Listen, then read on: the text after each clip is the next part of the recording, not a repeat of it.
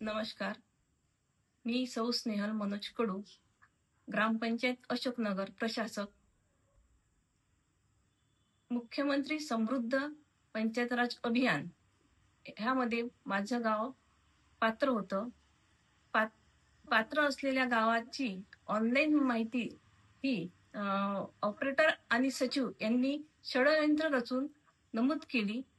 ती माहिती सांगत असताना त्यांनी जे शासकीय दस्तऐवज आहे त्या शासकीय दस्तऐवजावर जी माहिती आहे ती माहिती सुद्धा त्यांनी खोटी ठरवली. कारण ऑनलाईन जी माहिती त्यांनी पाठवलेली आहे ती माझ्या गावात नाही, ज्या गोष्टी शासकीय दस्तऐवजावर आहे त्या नाही आहे म्हणून पाठवलेली आहे.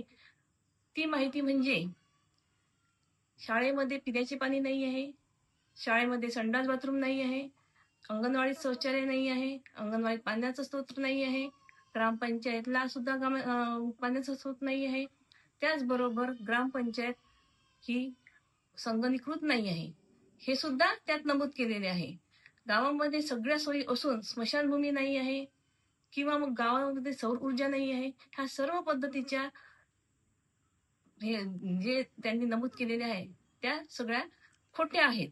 कारण माझ्या गावाला सगळ्या गोष्टीचे पुरस्कार मिळून 5 ते 6 पुरस्कार माझ्या गावाला आधीच आहे.